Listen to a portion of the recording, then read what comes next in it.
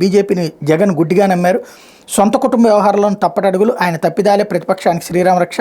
జగన్ తీవ్రమైన గడ్డు పరిస్థితులు ఎదుర్కొంటున్నారు. రాను రాను ఆయన పరిస్థితి మరింత దిగజారుతుంది. వచ్చే ఎన్నికల్లో వైకాపా గెలవడం అసాధ్యమని అంచనా వేయడం ఏమాత్రం కష్టం కాదు. ఆయన ఓడిపోతున్నారు, అదేదో మామూలు ఓటం కాదు, ఘోరంగా ఓడిపోతున్నారు. ఆయన ఓడించడం కష్టమని ఇంకెవరైనా నమ్ముతుంటే అంతకంటే తప్పుడు అంచనా మరొకటి ఉండదని ప్రముఖ ఎన్నికల వ్యవహర్త ప్రశాంత్ కిషోర్ స్పష్టం చేశారు. ద న్యూ ఇండియన్ ఎక్స్ప్రెస్ ఆదివారం హైదరాబాద్లో ఏపీ రాజకీయాల ఎన్నికలపై ప్రత్యేకంగా నిర్వహించిన కార్యక్రమం పూర్తి వీడియోను ఆన్లైన్లో తాజాగా అప్లోడ్ చేశారు. ఆ రోజున రాశారు, ఆదివారం జరిగిన దానికి సోమవారం రాశారు, మళ్ళీ ఇప్పుడు డీటెయిల్డ్గా రాశారు. ప్రశాంత్ కిషోర్ ఇట్లా చెప్పేశాడు, పతనం అయిపోతుంది అన్నాడు.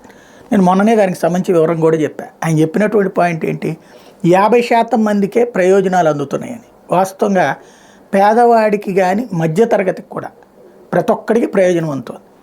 ఈ ప్రయోజనం అందని పేదవాడు ఉన్నాడు అనేటువంటిది ఎక్కడా లేదు. అది ప్రశాంత్ కిషోర్కి తెలియదేమో, ఈనాడు జ్యోతికి తెలియదా?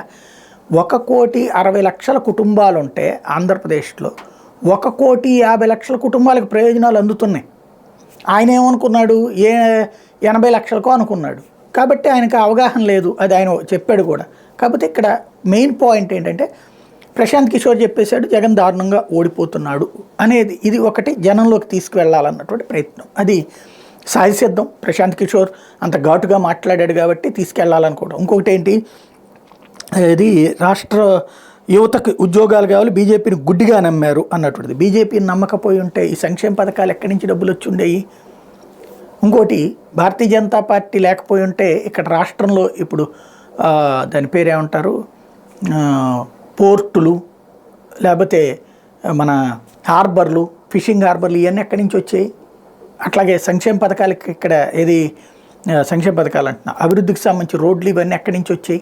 కాబట్టి ఆయన ఒకటి మాట్లాడారు.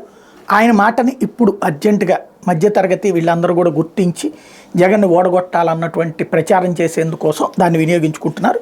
మరి దీనికి ప్రశాంత్ కిషోర్ చెప్పారు కాబట్టి జగన్ని ప్రజలు ఓడగొడతారా లేదా అన్నటువంటిది రాబోయే రోజుల్లో తేలబోతోంది.